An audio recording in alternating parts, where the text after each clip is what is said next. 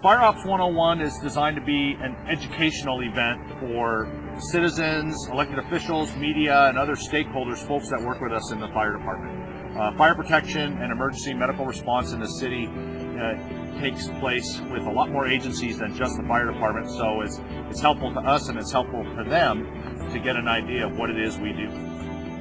The most exciting thing for me is that we're able to showcase our new training tower and have an evolution, multi-company evolution and educational experience for the participants, and give them the opportunity to learn about the fire department and its operations.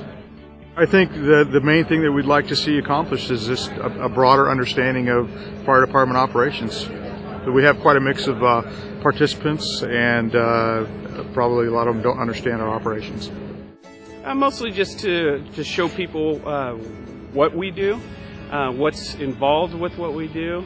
Most people don't understand, really the inner workings of the fire service when they see us go in a door, but they don't see what happens inside. They see us working on a vehicle accident and they don't really understand what we're doing.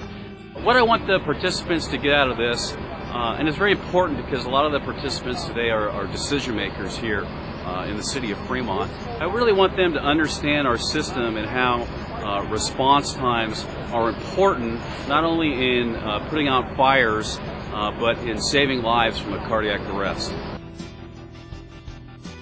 We want to create a better understanding of the complexities of our job. A lot of the stuff happens out of public view, or only a few members of the public get to see it, so our hope is to demonstrate what we do and how we do it.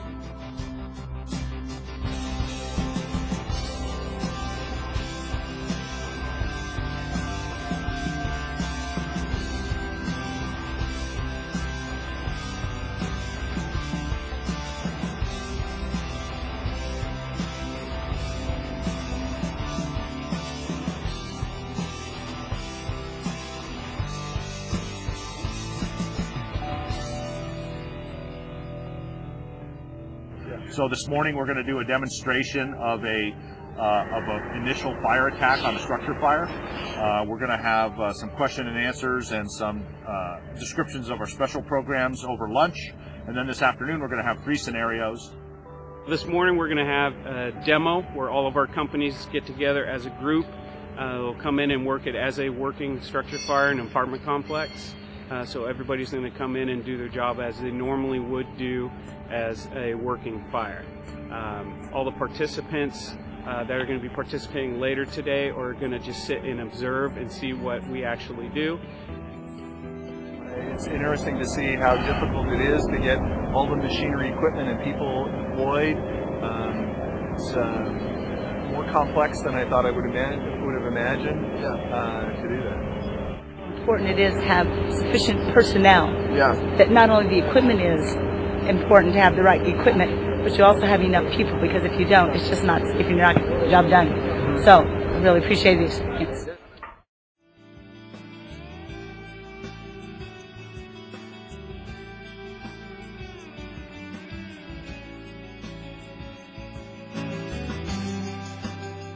But I volunteer for the Fremont Fire Department in the role of the Rehab Unit Co-Coordinator. And what the Rehab Unit does is we go out and respond to structure fires, wildland fires, SWAT call-outs, and we rehydrate and feed the firefighters and SWAT team members as needed on the events. What our role is today is to provide food and nourishment and water for the people that are participating. So we provided a little bit of light breakfast for them this morning, and then today at lunch we provided them a barbecue.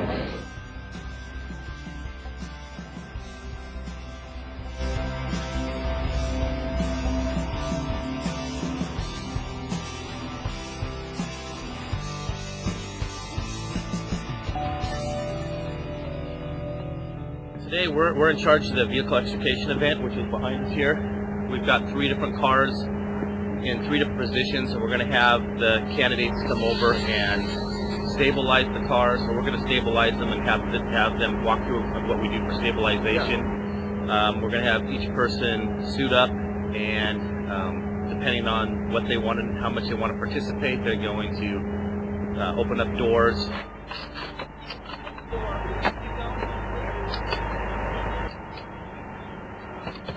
take off roofs, stabilize the car, you know, get to the victim. Smashed a couple windows, and then I used a sawzall to cut through the top of the car. Shook the sawzall and sliced through a couple of places so we could take the top of the car off and shift it over and make it a convertible.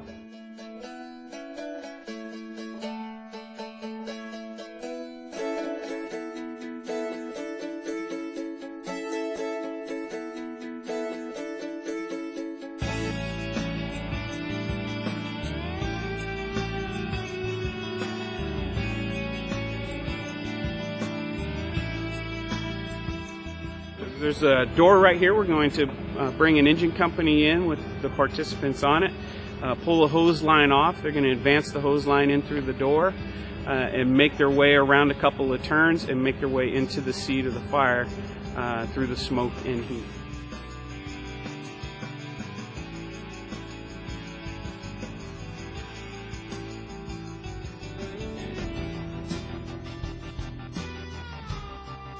Was very hot.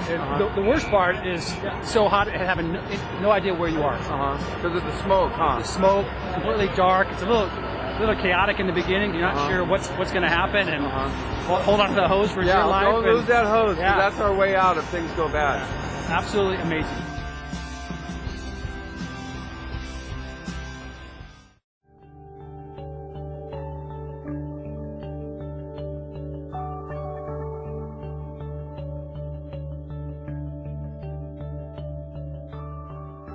And then I'm going to have our participants observe from the very beginning when the fire department arrives and how they carry their gear and go to the patient and initiate basic and advanced life support care. They're going to defibrillate the patient, they're going to start IVs on the patient and give advanced life support medications, also take care of airway issues for the patient. And then when the private ambulance company arrives, because they're part of our EMS system, they will be incorporated into the resuscitation of the patient. I have the scenario set up to where several minutes into the cardiac arrest, the patient is revived. His heartbeat does come back, which happens a significant amount of time in Fremont, close to 20% of the time.